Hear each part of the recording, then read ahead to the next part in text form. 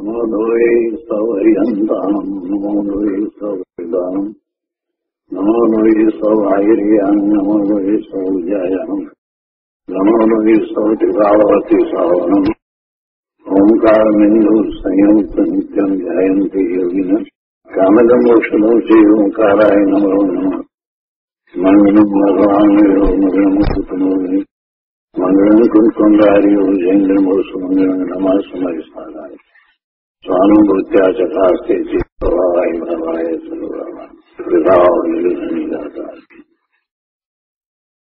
નિયમસાર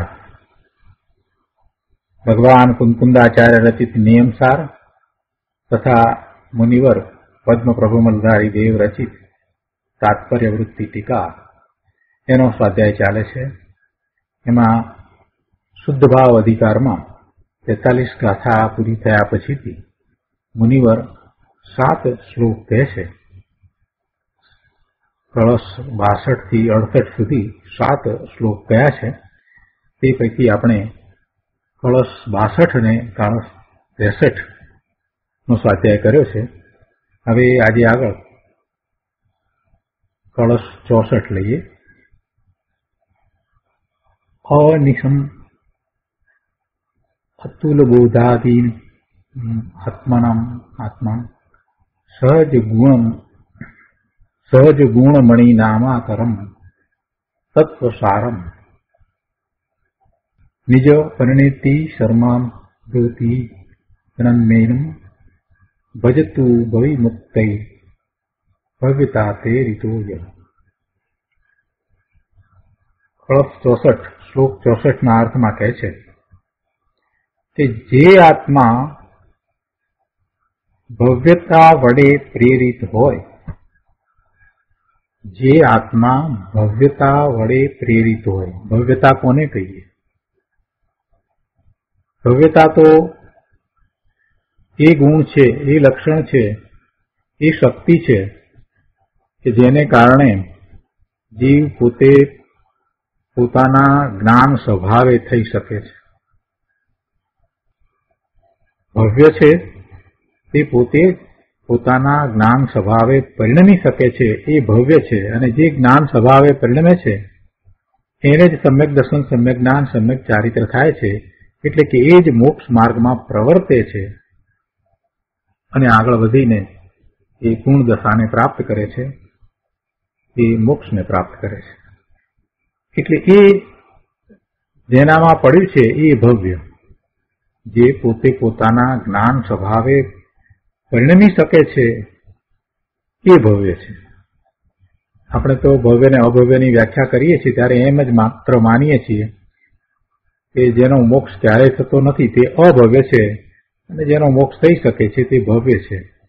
વાત તો બરાબર છે, પણ ખરેખરું એમાં શું છે એની સૂક્ષ્મતાને આપણે સમજીએ તો એ ભવ્ય છે કે જે જ્ઞાન સ્વભાવે પરિણમી શકે છે, જે સમ્યક દર્શન પ્રકટ કરી શકે છે અને જે મોક્ષ માર્ગમાં આગળ વધીને મોક્ષને પ્રાપ્ત કરી શકે છે. તો એ ભવ્યત્વ જેનામાં પડ્યું છે એ ભવ્ય છે. આપણે પારિણામિક ભાવના 3 ભેદની વાત કરી ત્યારે પણ આ વાત હતી, જીવત્વ, ભવ્યત્વ અને અભવ્યત્વ. તો આવું ભવ્યત્વ જે છે એ ભવ્યતા એ ધરાવે છે, માટે એ ભવ્યત્વ. આવું ભવ્યત્વ કહો કે એવી ભવ્યતા કહો, એ જે ધરાવે છે એવો એ ભવ્ય જીવ. અને એ પોતે ભવ્ય છે એટલે પોતે જ્ઞાન સ્વભાવે પરિણમી શકે છે, એમાંથી પ્રેરણા લે છે. એટલે કે છે કે જે આત્મા ભવ્યતા વડે પ્રેરિત હોય, જે આત્મા ભવ્યતા વડે પ્રેરિત હોય તે આત્મા ભવથી વિમુક્ત થવા અર્થે, ભવના ભ્રમણથી મુક્ત થવા માટે નિરંતર આ આત્માને ભજો. કે જે આત્મા અનુપમ જ્ઞાનને આધીન છે. નિરંતર આ આત્માને ભજો એમ કહી અને પછી કેવા આત્માને ભજવો, તો એમાં આત્મા વિશે કહે છે કે અનુપમ જ્ઞાનને આધીન છે એવો આત્મા. અનુપમ, જેને કોઈ ઉપમા ન આપી શકાય એવું જ્ઞાન, એને આધીન એટલે પોતાના જ્ઞાન સ્વભાવને આધીન એવો ભગવાન આત્મા, એને ભજો, નિરંતર ભજો. અને શા માટે નિરંતર ભજો એમ કહ્યું? કે જેને ભવથી મુક્ત થવું છે એવો આ ભવ્ય જીવ છે, એ પોતાના એ ભવ્યતા દ્વારા પ્રેરિત થઈને એમ એ ભજે છે. તમે પણ એમ ભજો. આગળ કહે છે કે જે સહજ ગુણ મણીની ખાણ છે, આત્મા વિશે આગળ વાત કરી કે જે આત્મા અનુપમ જ્ઞાનને આધીન છે. વળી કહે છે કે જે આત્મા સહજ ગુણ મણીની ખાણ છે. જો અહીંયા ગુણ મણી શબ્દ મૂક્યા છે. ગુણ તો હોય, સહજ ગુણ તો દરેક દ્રવ્યમાં હોય. છ દ્રવ્યને વિશે ગુણ તો છે, અને દ્રવ્ય કહીએ એટલે એ તો ખ્યાલ આવે છે કે એ ગુણોનો સમૂહ છે. એ વાત તો ખ્યાલમાં આવી જ જાય છે. પણ અહીંયા એમ કહ્યું છે કે સહજ ગુણ મણી કહ્યું છે. મણી એટલે રત્ન. ગુણોને રત્ન કયા છે. એવા ગુણોની જે ખાણ છે, એટલે જે ચૈતન્ય ભરેલો ભગવાન આત્મા છે, જે જ્ઞાન, આનંદ, સુખ, શાંતિ, ચૈતન્ય ની ખાણ છે. વળી કે છે કે જે સર્વ તત્વોમાં સાર છે, જે સર્વ તત્વોમાં સાર છે. 9 તત્વો ભગવાને કયા, તો એ 9 તત્વોમાં જીવ તત્વ આત્મા છે તે જ સાર છે. અને એ 9 તત્વોમાં જે જીવ તત્વ કહ્યું છે એ તો બીજી 7 પર્યાયના ભાવ છે એનાથી પણ જુદું શુદ્ધ તત્વ કહ્યું છે. જીવ અને અજીવ 2 કયા, અને એ પછી બાકીના જે કયા છે કે એ આશ્રવ, બંધ, પુણ્ય, પાપ, સંવર, નિદ્રા, મોક્ષ, આ જે બધા કયા છે એ તો બધા પર્યાય રૂપ છે. અને આ જીવ તત્વ અને અજીવ તત્વમાં એ જે જીવ તત્વ છે એ શુદ્ધ જે તત્વ છે એ તત્વોમાં, 9 તત્વોમાં સારભૂત છે એમ કે છે. એટલે કે છે કે આ આત્માને ભજવો કે જે આત્મા અનુપમ જ્ઞાનને આધીન છે, જે સહજ ગુણમણીની ખાણ છે, જે સર્વ તત્વોમાં સાર છે, અને જે નિજ પરિણતિના સુખ સાગરમાં મગ્ન થાય છે. આત્મા વિશે સૌથી મોટી વાત જો કોઈ હોય તો આ વાત છે કે જે પોતે નિજ પરિણતિના સુખ સાગરમાં મગ્ન થાય છે. પોતાના સ્વરૂપે પોતે પરિણમી જાય છે, અને પોતાના સ્વરૂપે પરિણમી જતા એને તો અપરંપાર અવ્યાબાદ સુખની પ્રાપ્તિ થાય છે. એનું પાર નથી. જે એક સરખું રહે છે, જે વધતું ઘટતું ઓછું થતું નથી, પૂર્ણ છે અને કાયમ રહે છે, એવા સુખની પ્રાપ્તિ થાય છે. એવો આ આત્મા, એને ભજો. હવે ભજો શબ્દમાં ઘણો ભાવ ભરાયો છે. સામાન્ય અર્થમાં આપણે ભજવો એમ કહીએ એટલે ભજવું એટલે કીર્તન કરવું, એના ગુણગાન ગાવા, સ્તુતિ કરવી વગેરે અર્થ કરીએ છીએ. પ્રભુની ભક્તિ કરતા હોઈએ તો કે છે કે અમે પ્રભુના ભજન ગાઈએ છીએ, પ્રભુને ભજીએ છીએ એમ કહીએ છીએ ને. અહીંયા કહે છે કે એવા આત્માને ભજો. હવે ભજો કહેતા એના ગુણગાન ગાઈએ એટલે એનું મહાત્મ્ય લાવીએ, એનું ખરેખરું મહાત્મ્ય આવે, એના તરફનો અહોભાવ ખરેખરો આવે, ત્યારે જ એનું ભજવું થાય ને. એટલે એનું જો મહાત્મા આવ્યું હોય અને એને ભજીએ એવી દશા જો આવી હોય, એટલે કે પોતાના નિજ આત્માની, પોતાને વિશે એવી મહત્તા સમજાઈ હોય તો પોતે એવો સમર્થ છે, અને એને ભજવા સુધીના જો ભાવ અંદરમાંથી આવ્યા હોય તો પછી પુરુષાર્થ એવો જ હોય ને. એટલે ભજો કહે છે, તો ભજો કહેતા તો એમાં એ અર્થ પણ સમાય છે કે એવા આત્માને વિશે એકાગ્રતા કરો. તો આ કળશનો અર્થ આપણે ભજ ગુરુદેવ પાસેથી સમજીએ. પ્રવચન રત્ન ચિંતામણી ભાગ 2, પાના નંબર 181, શ્લોક 64 ઉપરનું પ્રવચન. શું કહ્યું કે જે આત્મા ભવ્યતા વડે પ્રેરિત હોય, ઉદય કહે છે કે જુઓ શું કહે છે કે જે ધર્મરૂપ થવાની લાયકાતથી પ્રેરિત થયો છે. ધર્મરૂપ થવાની લાયકાત. ધર્મ શું છે? ધર્મ શું છે? મોક્ષ માર્ગ છે તે જ ધર્મ છે, બીજો કોઈ ધર્મ નથી. અને મોક્ષ માર્ગ માં ધર્મરૂપ શું છે? તો કે પોતાના નિર્મળ પરિણામો, સમ્યક દર્શન, સમ્યક જ્ઞાન, સમ્યક ચારિત્રના જે પરિણામ છે એ રૂપે થવું એટલે ધર્મરૂપ થવું. અને એવા ધર્મરૂપ થવાની જેનામાં યોગ્યતા છે, લાયકાત છે, એને ધર્મી કહીએ છીએ, એને ભવ્ય કહીએ છીએ. અહીંયા જયારે એમ કહ્યું કે આત્મા ભવ્યતા વડે પ્રેરિત હોય એટલે ધર્મરૂપ થવાની લાયકાત એ ભવ્યતા છે. તો એવી ભવ્યતા, એવી ધર્મરૂપ થવાની લાયકાતથી પ્રેરિત થયો છે. ભલે તે જીવ ગૃહસ્થાશ્રમમાં દેખાય તો પણ એ તો દ્રષ્ટિમાં ધર્મરૂપ થવાને માટે પ્રેરણામય થઈ ગયો છે. તે ભગવાન આત્માના જ્ઞાનમાં સિદ્ધ સમાન જણાયો છે. પ્રભુની કરુણાને જે સમજ્યો છે, જેને એમ થાય છે કે હું પ્રભુએ મારી ઉપર કેટલી કરુણા કરી, પોતે એ કરુણાની પૂર્તિ થવા માટે થઈને સ્વરૂપને વિશે સ્થિર થયા છે, છતાંય એ કરુણાની પૂર્તિ એમની ઓમકાર ધ્વનિ દ્વારા, દિવ્ય ધ્વનિ દ્વારા થઈ રહી છે. અને અનંત કાળમાં એવા અનંત હરિયંત પરમેશ્વર થયા, તીર્થંકર ભગવાન થયા, દિનેશ્વર ભગવાન થયા. એ બધાએ એવી જ કરુણા જગતના બધા જીવો માટે કરી હતી. તો મારે માટે પણ એવી જ કરુણા એ સર્વ દિનેશ્વર ભગવાને કરી જ હતી. એ વખતે હું પણ હતો. કેમ કે બધા જીવ અનાદિના છે, કોઈ જીવ આગળ પાછળ ઉત્પન્ન થયા છે એવું નથી. કેમ કે જીવની ઉત્પત્તિ નથી, અનાદિથી સર્વ જીવ છે. તો અનંતકાળથી જ્યારે આ જીવ છે તો એ અનંતકાળમાં અનંત કેવળી થયા, અનંત તીર્થંકર થયા. તો એ બધાએ જે ભાવના ભાવી કે જગતના જીવો આવા શાશ્વત સુખને પામે એવી ભાવના જે ભાવી હતી, તો એ જગતના બધા જીવો માટે ભાવી હતી અને એમાં હું પણ હતો.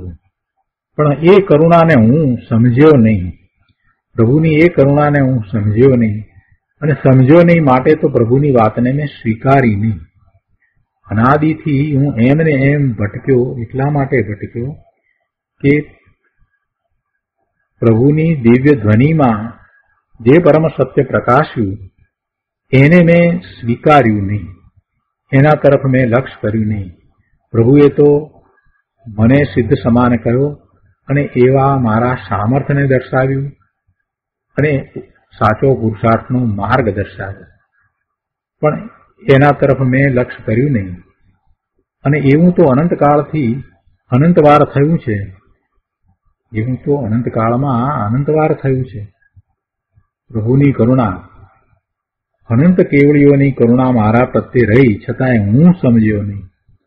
એવા દિનેશ્વર ભગવાનની આ વર્તમાન ભરત ક્ષેત્રને વિશે જે 24 થઈ, એટલા 24 નહીં, પણ એની પહેલાના અનંત એવા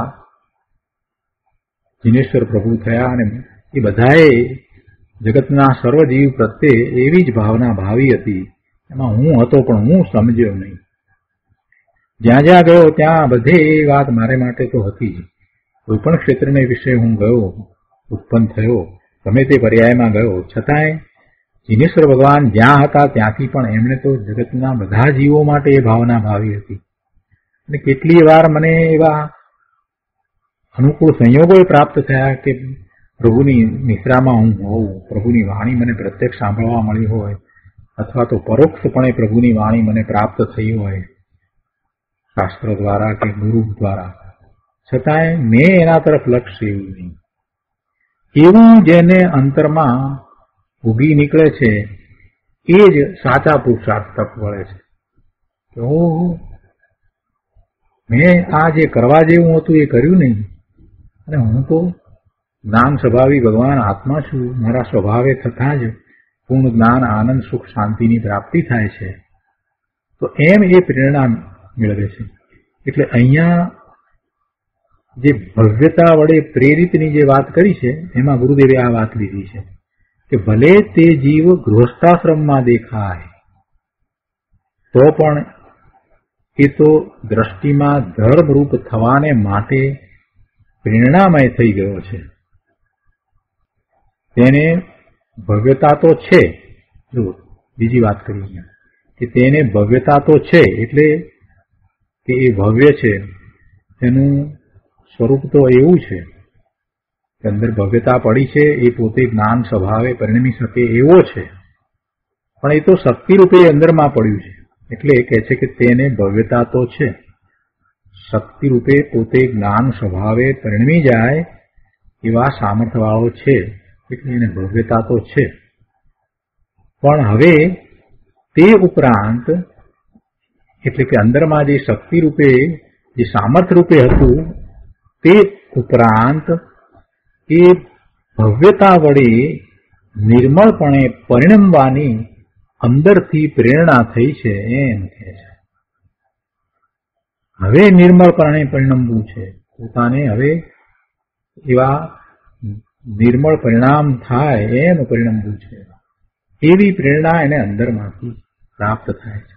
એટલે એ કહે છે કે જે આત્મા ભવ્યતા વડે પ્રેરિત હોય, આગળ કહે છે કે તે આત્મા ભવથી વિમુક્ત થવા અર્થે એવો આત્મા ભવના ભ્રમણ કરીને થાક્યો છે, હવે એને ભવના ભ્રમણ જોઈતા નથી, એનાથી મુક્ત થવું છે, માટે તે માટે એ પુરુષાર્થ કરે છે.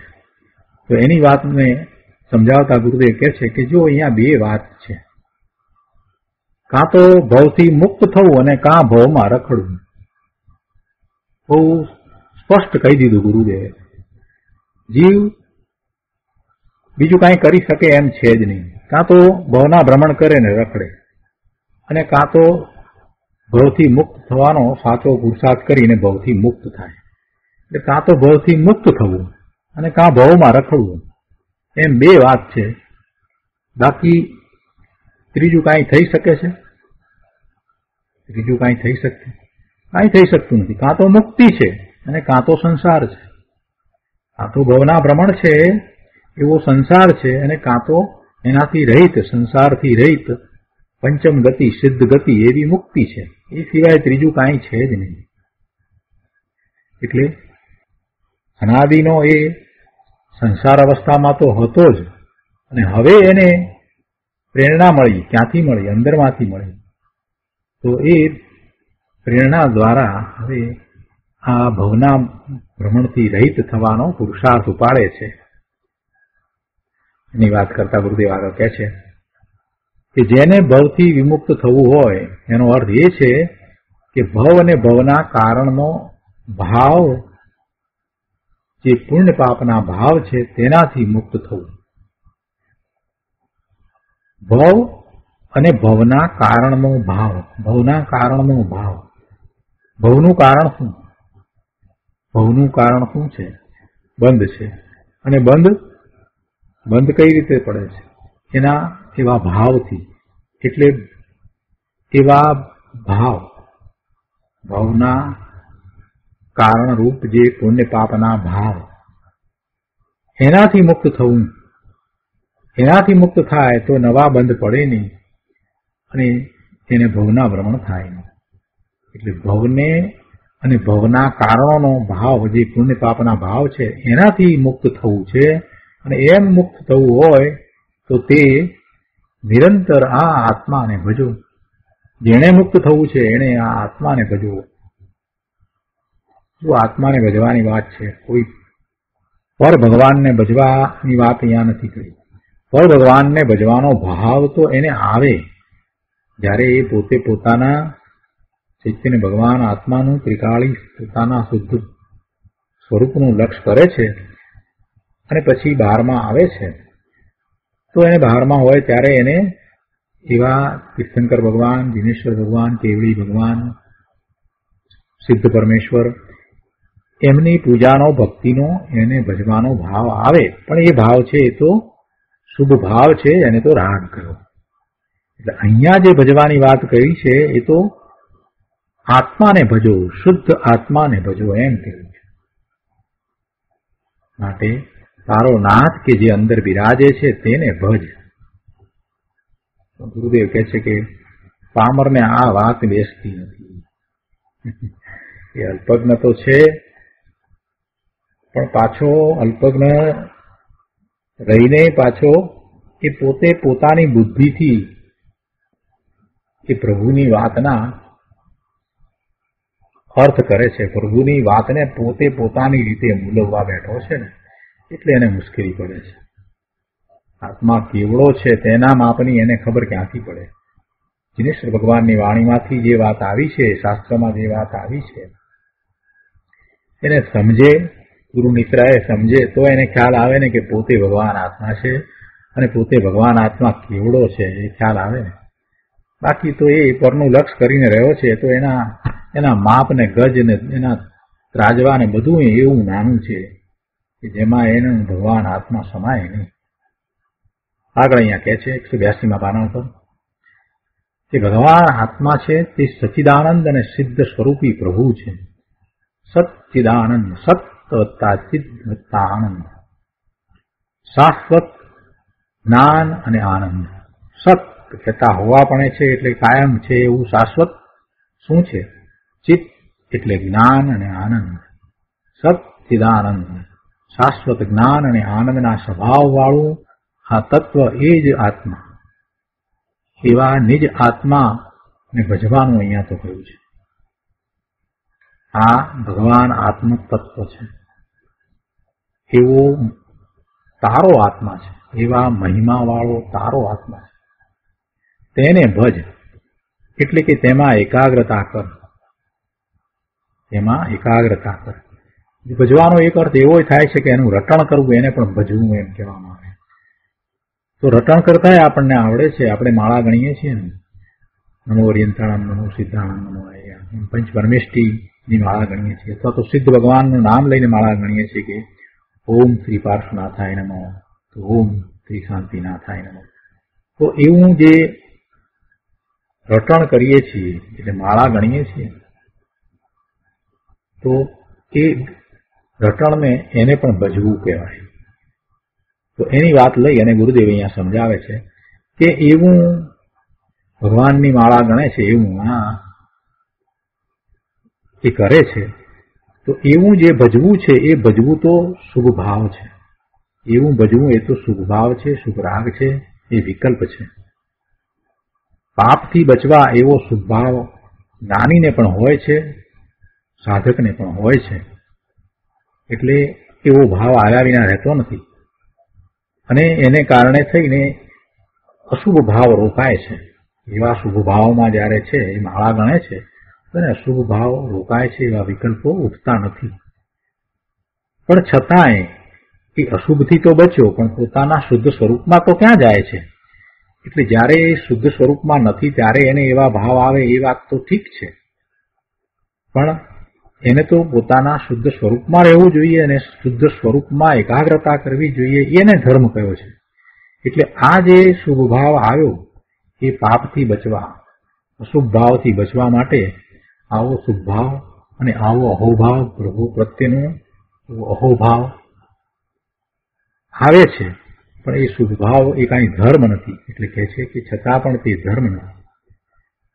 અને પછી એ કદાચ એમને એમ શુભ ભાવમાં આગળ વધે, શુભ ભાવ ખૂબ કરે તો એને કારણે એને પુણ્યનો બંધ પડે, પણ એથી કરીને એને કાંઈ મુક્તિ પ્રાપ્ત થાય એમ બને નહીં. એટલે એ શુભ ભાવ આવ્યા વિના રહેતો નથી, છતાં એ શુભ ભાવ જ છે.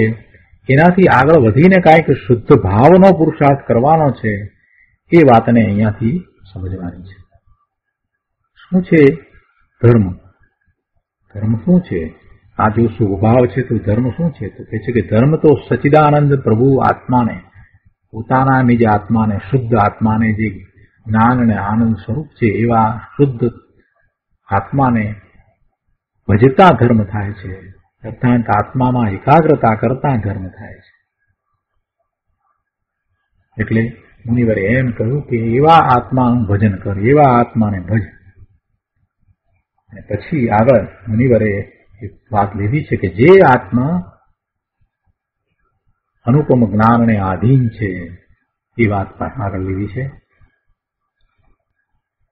તો એની વાત હવે આવશે.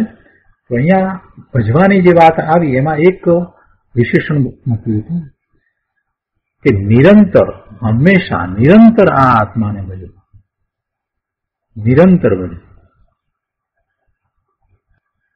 એને માટે મૂળ શ્લોકની અંદર શબ્દ છે અનિશમ. શરૂઆત જ અનિશમ એમ કહી છે ને, એટલે અનિશમ એ શબ્દ એનો અર્થ છે નિરંતર, અહર્નિશ, હંમેશા. એટલે એનો અર્થ શું થયો? હંમેશા આ જ કરવાનું હોય તો પછી બીજું કાંઈ કરવા જેવું છે જ નહીં. બીજું કાંઈ કરવા જેવું હોત તો સાથે કહી દેત ને કે આ પણ કરો સાથે, પણ કહે છે કે અહર્નિશ નિજ આત્માને ભજો હંમેશા. તો પછી બીજાને માટે તમારી પાસે ક્યાં સમય છે? બીજું કાંઈ કરવા માટે તમારી પાસે સમય નથી, એનો અર્થ તો એવું થયો. તમે હંમેશા નિજ આત્માને જ ભજો, બીજું કાંઈ કરવા જેવું જ નથી એમ કહી દીધું. એમાં એ વાત આવી ગઈ. એટલે એમાંથી અર્થ કાઢ્યો છે કે ભગવાન બીજું કાંઈ કરવા જેવું નથી, આ જ કરવા જેવું છે. આગળ 183માં પાના ઉપર આગળની વાત લે છે કે કેવા આત્માને, એને માટે બીજા પેરેગ્રાફમાં કહે છે, પાના નંબર 183 ઉપર કહે છે કે જે આત્મા અનુપમ જ્ઞાનને આધીન છે, જે આત્મા અનુપમ જ્ઞાનને આધીન છે, જે સચ્ચિદાનંદ સ્વરૂપ પ્રભુ ભગવાન આત્મા છે તે જ્ઞાનને આધીન છે. એ જ્ઞાનને આધીન છે પણ રાગ કે પુણ્યને આધીન નથી. અને જ્ઞાન કોને કહીએ? જ્ઞાન એટલે આ દ્રવ્ય સ્વરૂપનો અભ્યાસ કરતા જે માહિતી પ્રાપ્ત થાય છે એ જ્ઞાન નહીં, પણ દ્રવ્ય સ્વરૂપનો અભ્યાસ કરીને, આ શાસ્ત્રોનો અભ્યાસ કરીને એને જેમ છે તેમ સમજીને, એટલે કે આત્મસાત કરીને પોતાના સ્વરૂપમાં એકાગ્રતા કરતા આત્માનું જ્ઞાન અને ભાન થાય છે એ જ્ઞાન, એને જ્ઞાન કર્યું છે. અહીંયા કહે છે કે એવા એ જ્ઞાનને આધીન છે, જે સચ્ચિદાનંદ સ્વરૂપ પ્રભુ ભગવાન આત્મા છે તે જ્ઞાનને આધીન છે પણ રાગ કે પુણ્યને આધીન નથી. આત્મા અનુપમ જ્ઞાનને, એને ઉપમા ના આપી શકાય એવું જ્ઞાન, એવું પોતાના નિજ શુદ્ધ સ્વરૂપનું જ્ઞાન, સમ્યક સંવેદન જ્ઞાન એને આધીન છે. સમ્યક સંવેદન જ્ઞાન, પરંતુ તે કોઈ દયાદાનના વિકલ્પથી પકડાય એવો નથી. એ કોઈ દયાદાનના વિકલ્પથી પકડાય એવો નથી. આવી વાત આવે એટલે કોઈને એમ વાત લાગે કે આ તો બહુ ઊંચી વાત, અથવા તો કેટલાક એમ કે આ તો નિશ્ચયની વાત ને. અરે ભાઈ, હજી આ તો સમ્યક દર્શનની વાત છે. એના પછી ઘણો પુરુષાર્થ બાકી રહે છે, ચારિત્રનો બહુ મોટો પુરુષાર્થ બાકી રહે છે. એ તો હજી સમ્યક દર્શનની પ્રાપ્તિ માટે પુરુષાર્થ શરૂ કર્યો નથી. સમ્યક દર્શન તો પ્રગટ કરવું જ છે એવો દ્રઢ નિર્ધાર હજી કર્યો નથી ને. એ તો પહેલું પગથિયું છે. ગુરુદેવ હંમેશા કહે છે કે ધર્મની શરૂઆત, મોક્ષ માર્ગની શરૂઆત સમ્યક દર્શનથી થાય. એ તો પહેલું પગથિયું છે. પ્રભુ પહેલે પગથિયે પહોંચવાનો હજી વિચાર નથી આવતો. ઊંચી વાત ને, નિશ્ચયની વાત ને, અમારાથી ન બને ને, આવી બધી વાતો, તત્વની વાત ને, તત્વની વાતમાં અમને સમજણ ન પડે. અરે આ શું તું કહે છે ભાઈ, આ શું કહે છે તું? આવી નિર્માલ્ય વાતો તું ક્યાંથી લાવ્યો? તું ભગવાન આત્મા જ્ઞાન સ્વભાવી છો ને તને આ બધું શોધતું નથી. તું પ્રભુના જ્ઞાનમાં સિદ્ધ સમાન દેખાયો અને તું આવી નિર્માલ્ય વાત કરે? તો ઊંચી વાત હશે તો અમને નહીં પકડાય ને નહીં સમજાય. બધું સમજાય, શું કરવા ના સમજાય? તારે સમ્યક દર્શન પ્રગટ કરવું છે એવો નિર્ધાર જો તને થયો હોય, જો તું ભવના ભ્રમણથી થાક્યો હો અને તારે જ્ઞાન સ્વભાવે પરિણમવું છે, તો તને અંદરમાંથી પ્રેરણા મળે છે કે તું ભવ્ય છો, અને એ ભવ્યતામાંથી જ તને પ્રેરણા મળે. એ ભવ્યતા જ દ્વારા તું પ્રેરિત થઈ અને પુરુષાર્થ આગળ. એ જ કહ્યું ને કે જે આત્મા ભવ્યતા વડે પ્રેરિત હોય અહીંયા કઈ મુનિની વાત કરી છે એમ ને, બધાને માટે વાત કરી છે. તો ગુરુદેવે અહીંયા સ્પષ્ટતા કરીને કે ભલે ને ગૃહસ્થાશ્રમમાં હોય તોય શું, પણ અંદરમાંથી એ ભાવ આવ્યો છે અને અંદરમાંથી એવી પ્રેરણા આવી છે, ભવ્યતામાંથી એ પ્રેરણા આવી છે, એટલે હવે એ ભવ્યતાને સિદ્ધ કરીને જ રહેશે. પોતે ભવ્ય છે એ વાતને એ સિદ્ધ કરશે. શું કહે છે અહીંયા કે જે સહજ ગુણમણીની ખાણ છે, આત્માને માટે હજી આગળ કહે છે જે સહજ ગુણમણીની ખાણ છે. ભગવાન આત્મા તો સ્વાભાવિક જ્ઞાન આદિ અનંત ગુણમણી રત્નની ખાણ છે. ગુણમણી અનંત ગુણરૂપી મણિરત્નો એક સમયની પ્રગટ અવસ્થાની પાછળ અંદરમાં જે ભગવાન આત્મા છે તે તો અનંત સ્વાભાવિક ગુણમણીની ખાણ છે. ભગવાન આત્મા એક સમયની અવસ્થાની પાછળ છે એમ ગુરુદેવે કહ્યું. એમ કેમ કહ્યું? કેમ કે એને પર્યાય દેખાય છે, અવસ્થા દેખાય છે, અવસ્થા દેખાય છે, પણ અંદરમાં જે દળ પડ્યું છે એનો એ વિચાર નથી કરતો, એને અવસ્થા દેખાય છે. હું કહેતા જે અવસ્થા છે ને એને જે વિચારે છે, પણ એમ નથી વિચાર કરતો કે હું કહેતા જે અંદરમાં જે પડ્યું છે એ કેવું છે. આ તો પર્યાય છે, અવસ્થા છે. અને એ માટે ગુરુદેવ ઘણી વાર એ ઉદાહરણ આપે છે કે મોટું સરોવર હોય, મોટું ઊંડું સરોવર હોય, ખૂબ પાણી હોય, વિશાળ મોટું સમુદ્ર જેવું મોટું સરોવર હોય, આપણે એરી લેક જેવું સરોવર હોય, તો આપણે જે જોઈએ છીએ તો ઉપરની સપાટી જોઈએ છીએ.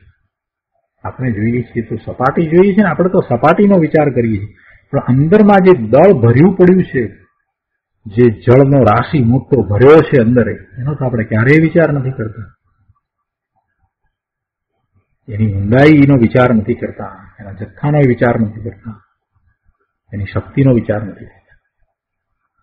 એવી રીતે આ જે વર્તમાન પર્યાય તરફ આપણું લક્ષ્ય જાય છે, પણ એ પર્યાયની પાછળ જે દ્રવ્ય ત્રિકાળ શુદ્ધ ભગવાન આત્મા જે ધ્રુવ રહ્યો છે એને તો આપણે ક્યારેય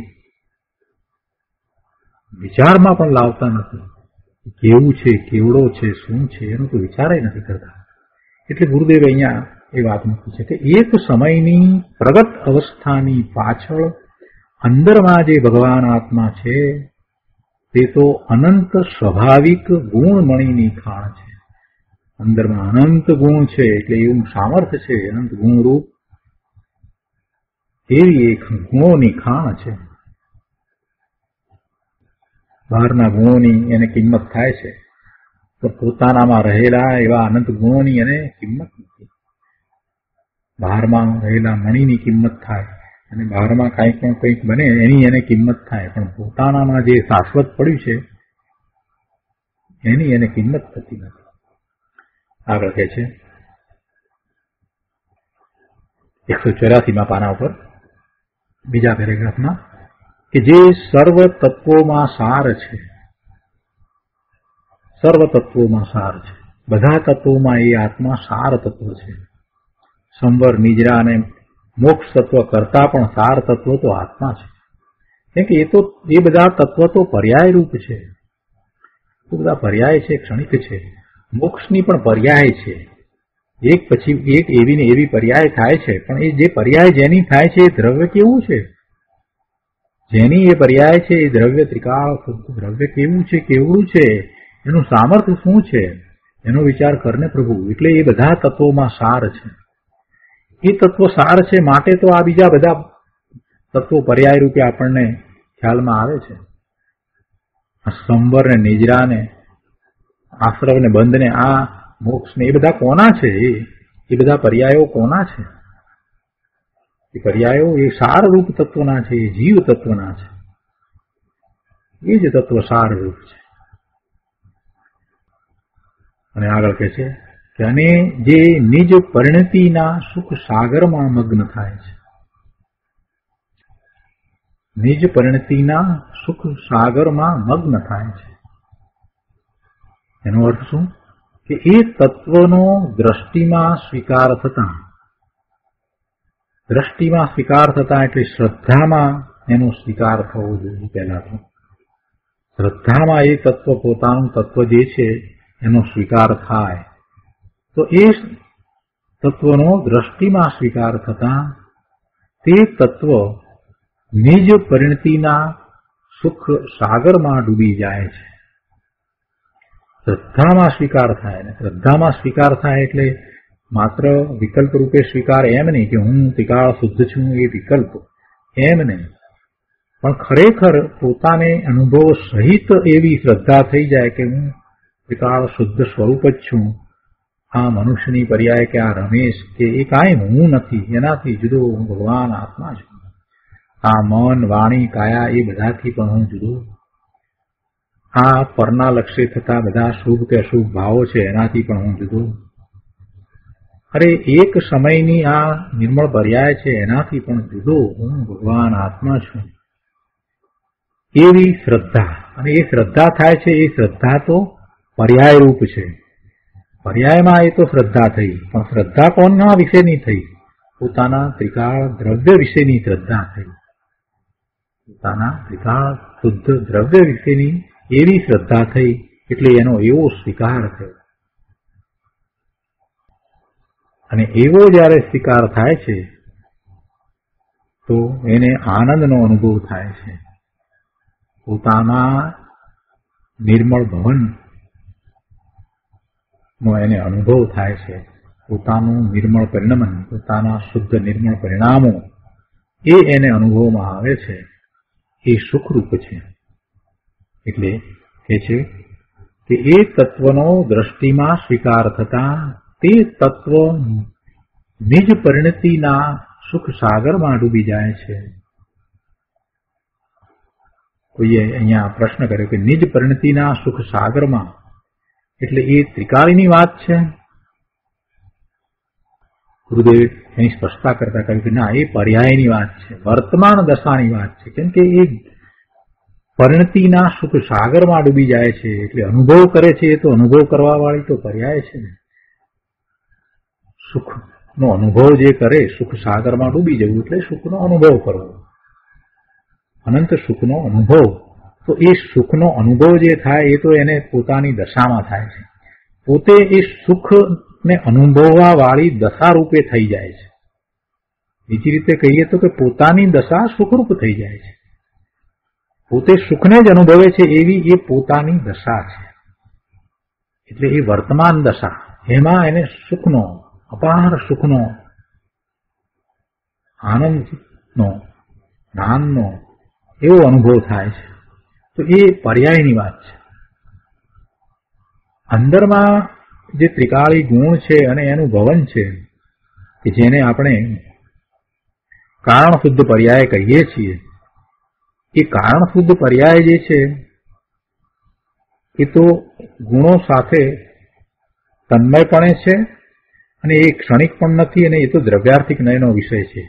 એટલે એ પર્યાયની વાત નથી. આ તો વર્તમાન વર્તતી દશા. વર્તમાન દશામાં એને ખૂબ સુખ સુખ સુખ સુખ, જ્ઞાન જ્ઞાન જ્ઞાન જ્ઞાન, આનંદ આનંદ આનંદ, શાંતિ શાંતિ શાંતિ શાંતિ, એવો જે અનુભવ થાય છે એની અહીંયા વાત કરી છે. એને સુખ સાગરમાં મગ્ન થાય છે એમ કહ્યું.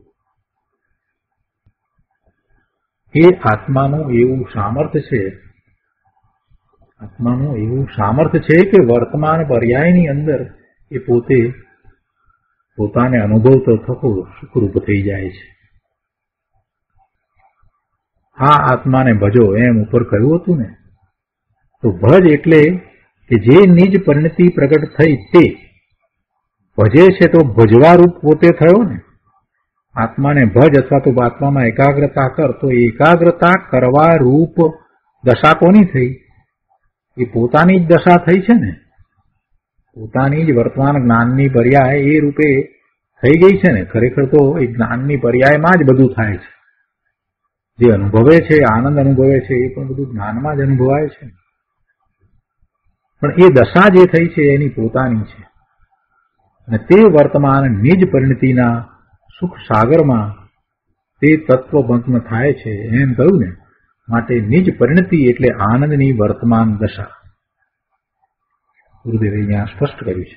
વર્તમાન આનંદની દશાની વાત આ કરી છે. આત્મતત્વનું વર્ણન છે, પણ આત્મતત્વનું વર્ણન કરતા સમજાવવું એ છે કે એનું સામર્થ્ય કેવું છે એ સમજાવવું છે. કે એને ભજતા પોતે સુખરૂપ થઈ જાય છે એવું એનું સામર્થ્ય છે. એ આત્મતત્વ એવું શુદ્ધ છે અને એ અનંત ગુણ રાશિ સમૂહ એવો ભગવાન આત્મા છે, એ એક રૂપ છે, અખંડ છે, એ ક્યારેય રાગરૂપ કે વિકારરૂપ થતો નથી. એવો એ ભગવાન આત્મા છે અને એનું લક્ષ્ય કરતા, ત્યાં એકાગ્રતા કરતા, એને ભજતા પોતે સુખરૂપ થઈ જાય છે, પોતે સુખના સાગરમાં ડૂબી જાય છે. એ છે કે એ આત્મતત્વ એવું છે કે પૂર્ણ આનંદનો નાથ છે. પણ સર્વજ્ઞ પરમેશ્વરે જે આત્મા જોયો તેની અહીંયા વાત છે. કોઈ મિથ્યા દ્રષ્ટિએ જે આત્મા પોતાની મતિ કલ્પનાએ કલ્પ્યો છે એની વાત નથી. ગુરુદેવ અહીંયા એની સ્પષ્ટતા કરે છે કે આ આત્મતત્વ એટલે કયું આત્મતત્વ? આત્મતત્વ વિશે તો અનેક લોકો અનેક પ્રકારે કલ્પના કરી અને વર્ણનો કરે છે, પણ અહીંયા એવો આત્મા નથી. અહીંયા આત્માની જે વાત કરી છે તો એને માટે કહે છે કે જેઓ તીર્થંકર ભગવાન, કેવળી ભગવાન, દિનેશ્વર પરમેશ્વરે જેવો આત્મા જોયો છે, જાણ્યો છે અને કહ્યો છે, ઓમકાર ધ્વનિમાં કહ્યો છે, દિવ્ય ધ્વનિમાં કહ્યો છે, એ આત્મા, એવો આત્મા, એનો આશ્રય કરતા, એની એકાગ્રતા કરતા, એને ભજતા પોતે સુખના સાગરમાં હિલોળા લે છે. એકમાત્ર તીર્થંકર દેવ કેવળી જ્ઞાની પરમાત્માએ જે આત્મા જોયો અને કહ્યો છે તે જ આત્મા. એ સિવાય અજ્ઞાનીએ આવો આત્માને જે કંઈક આત્મા સંબંધી વાત કરી છે એ એવો આત્મા નથી પ્રભુ. એ દિનેશ્વર ભગવાન, તીર્થંકર ભગવાને જેવો જાણ્યો, અનુભવ્યો અને કહ્યો છે એવો આત્મા, અને એ આત્મા છે તે અલૌકિક સુખનું કારણ છે. એ જ કારણ પરમાત્મા છે. એ આત્મા જ એવો સૂક્ષ્મ અને અલૌકિક છે કે સર્વજ્ઞ સિવાય બાકી બીજાઓએ તેને જોયો નથી. બીજાની તો શું વાત થાય? એવા ભગવાન આત્માને પૂર્ણપણે જેને જોયો હોય, જાણ્યો હોય અને એને કહે એવા તો એક સર્વજ્ઞ પરમેશ્વર છે, બીજા કોઈ નથી. શું સર્વજ્ઞ પરમાત્મા તીર્થંકર સિવાય કોઈ આત્મા જોયો છે? ના. માટે ભગવાન તીર્થંકરે જે આત્મા જોયો તે જ સાચો આત્મા છે, અને તે આત્મા આવો છે. કેવો છે?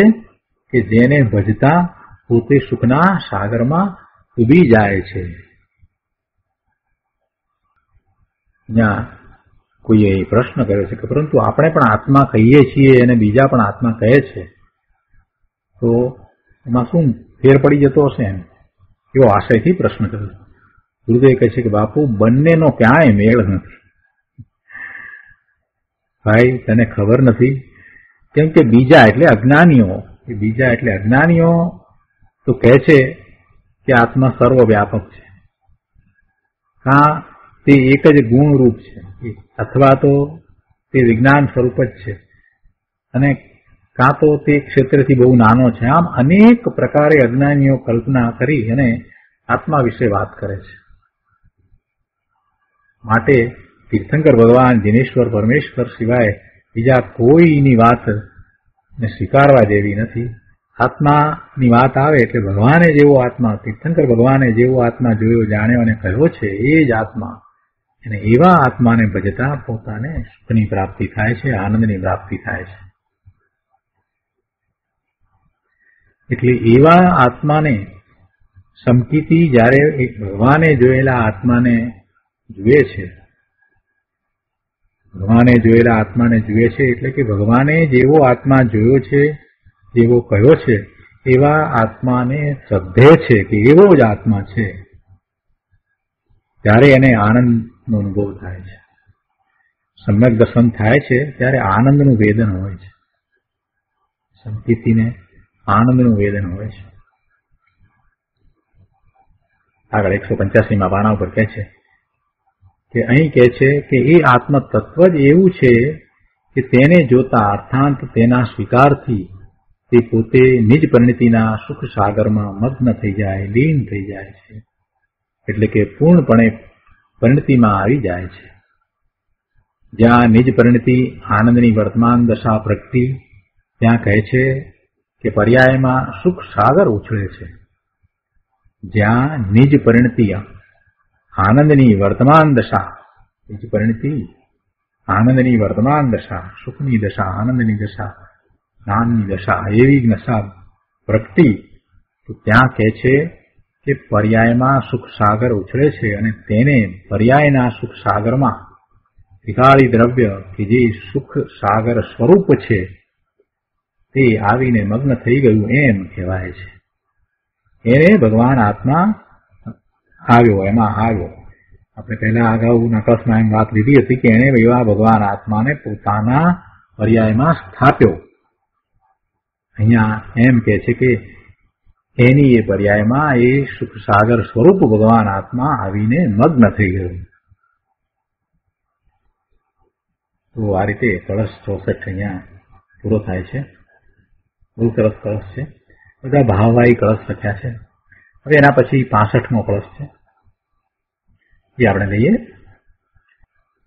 મુનિવર કહે છે, ભવ ભોગ પરાંગ મુખ હે યતે પદમિદમ ભવ હેતુ વિનાશનમ ભજ નિજ આત્મ નિમગ્નમતે પુનસ્તવ કિમ ધ્રુવ વસ્તુની ચિંતયા. 65મા કળશના અર્થમાં અહીંયા કહે છે કે નિજ આત્મામાં લીન બુદ્ધિવાળા, નિજ આત્મામાં લીન બુદ્ધિવાળા તથા ભવથી અને ભોગથી પરાંગમુખ થયેલા હે યતિ, તું ભવ હેતુનો વિનાશ કરનારા એવા આ ધ્રુવ પદને ભજ. કેવા પદને ભજવાની વાત કરી છે? ધ્રુવ પદને ભજ. કોને કહ્યું? યતિને કહ્યું. યતિને કહ્યું છે, પણ એ બધાને લાગુ પડે છે.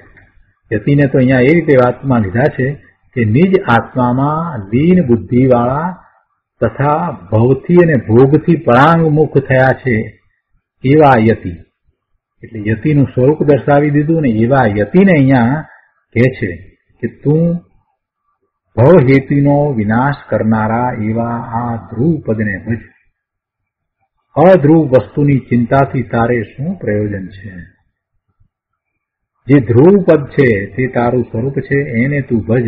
અને એ સિવાય બીજું જે અધ્રુવ છે, જે પર્યાયમાં છે, એનાથી તારે કાંઈ પ્રયોજન નથી. બહુ સરસ ક્રોસ છે. આપણે એનો અર્થ ગુરુદેવ પાસેથી સમજીએ.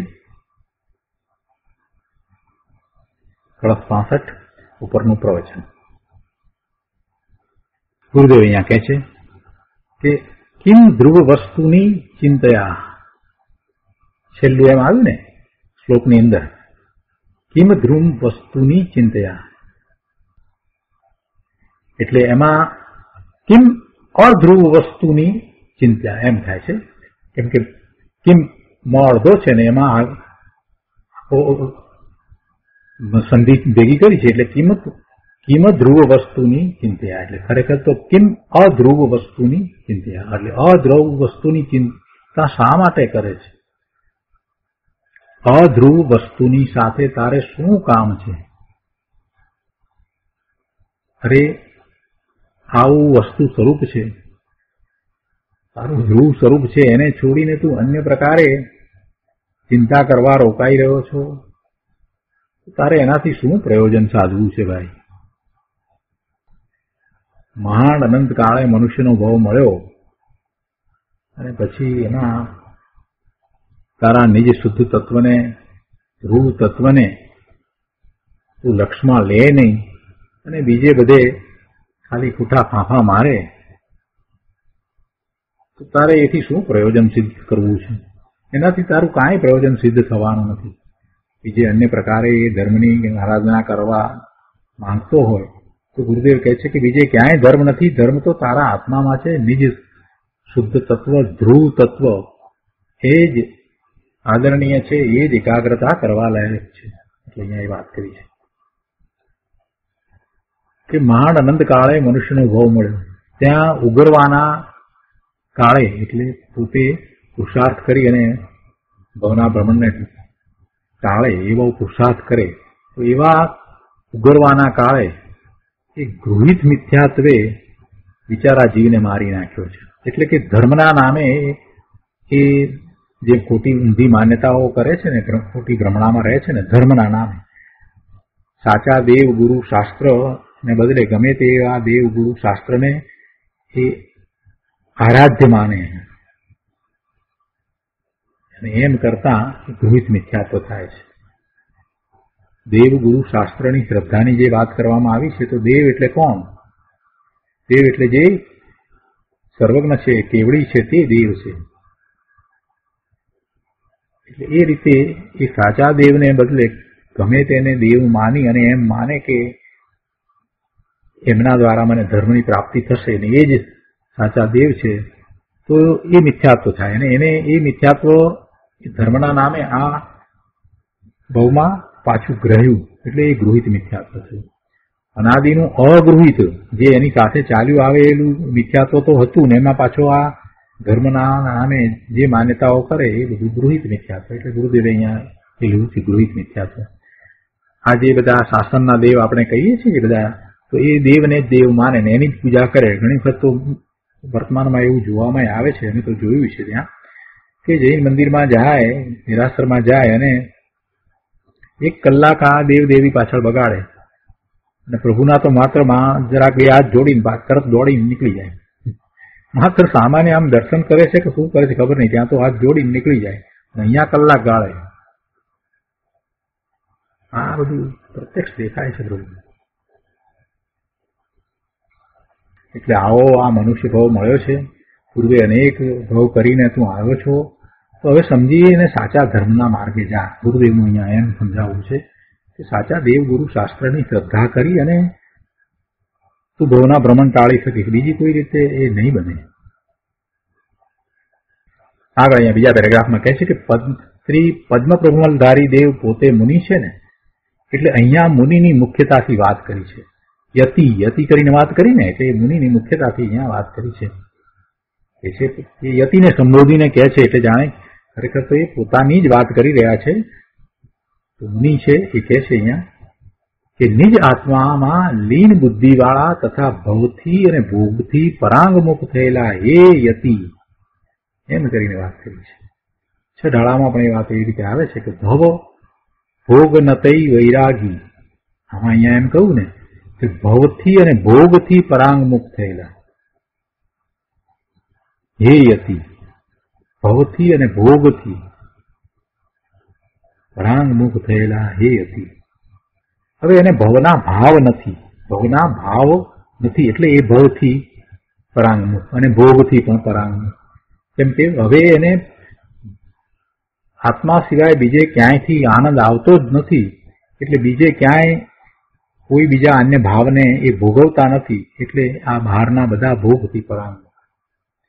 ભવથી પરાંગમુખ અહીંયા કહ્યું છે એમાં તો એવો આશય છે કે એ ભવના ભાવથી હવે એ પરાંગમુખ થઈ ગયા છે. ભવના ભાવ હવે એમને રહ્યા નથી, એટલે એમ ભવથી અને ભોગથી પરાંગમુખ થયા છે એવા યતિને અહીંયા કહેવામાં આવ્યું છે. ત્યાં 6 ઢાળામાં પણ એ વાત લીધી છે. ભોગ એટલે વાસના, ધન એટલે શરીર, એટલે ત્યાં એ રીતે 5મી ઢાળની અંદર વાત લીધી. ભવ ભોગ નતઈ વૈરાગી. તે બધાથી પ્રભુ તું તો પરાંગમુખ છો. હે મુનિ, એ બધાથી તું પરાંગમુખ છો, તે બધાથી તો તું વિમુખ થયો છો. તું ધર્મી છો, તું ધર્મી છો.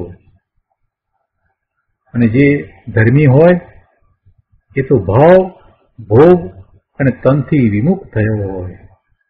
ભવ ભોગ અને તનથી વિમુખ થયો હોય.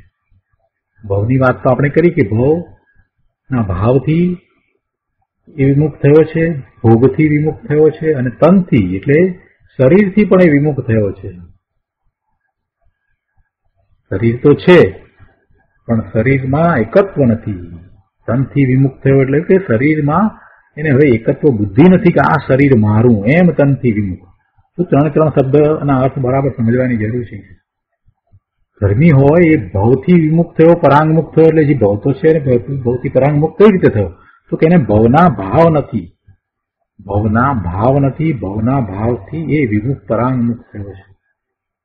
શુભાશુભ ભાવની એને બિલકુલ રુચિ નથી, એમાં એ ધર્મ સમજતો નથી, એ પોતાના ભાવ એને સમજતો નથી. એમ એ સઘળા ભાવ જે ભવના ભ્રમણના ભાવ છે, ભવના ભાવ એ બધા ભાવથી પરાંગમુક્ત થયો છે અને ભોગથી પરાંગમુક્ત થયો છે. ભોગથી પરાંગમુક્ત થયો છે એટલે એનું તો માત્ર પોતાના સ્વરૂપમાં એકાગ્રતા કરીને જે આનંદનું વેદન છે એનું જ ભોગવવું છે, એ સિવાય બીજા કોઈને ભોગવતો નથી. એટલે બાકી બહારમાં રહેલા જે પદાર્થો એ બધાને તો ભોગવતો નથી, એને ભોગવવાનો વિકલ્પ પણ નથી. એમ એ ભોગથી પરાંગમુક્ત થયો છે અને તનથી પણ વિમુક્ત થયો છે. તનથી વિમુક્ત થયો છે એટલે કે શરીર તો છે પણ શરીર સાથેનું એકત્વ છૂટી ગયું છે. હવે એ શરીર એટલે પોતાનું અથવા પોતે શરીર રૂપે છે એમ રહ્યું નથી.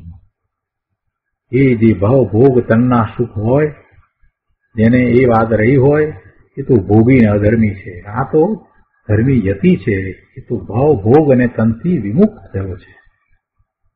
એક શબ્દ મહત્વનો છે. તો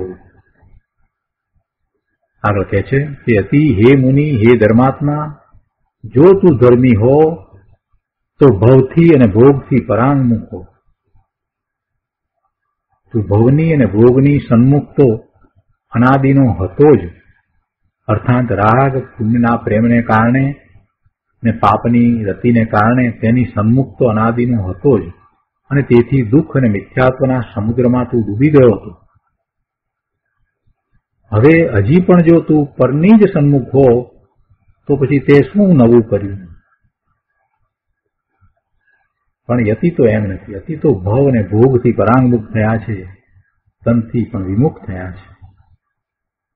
ભવથી અને ભોગથી પરાંગમુક્ત થયેલા હે આત્મા, તું ભવ હેતુનો વિનાશ કરનારા એવા આ ધ્રુવ પદને ભજ.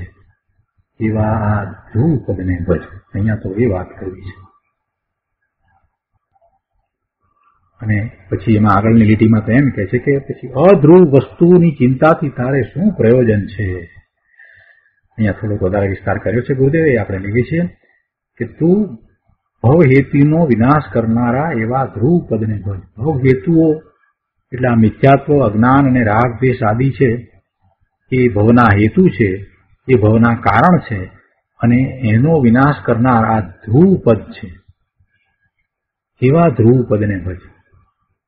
64મા શ્લોકમાં આત્માને ભજો એમ કહ્યું હતું, તેવી રીતે અહીં કહે છે કે પ્રભુ આત્મા નિત્ય ધ્રુવ છે, તેનું ભજન કર.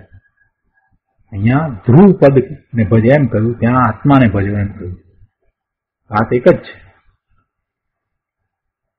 અને ભજવું એ શું છે, અથવા તો ભજન તો એ શું છે? તો પર્યાય છે, તો અવસ્થા છે.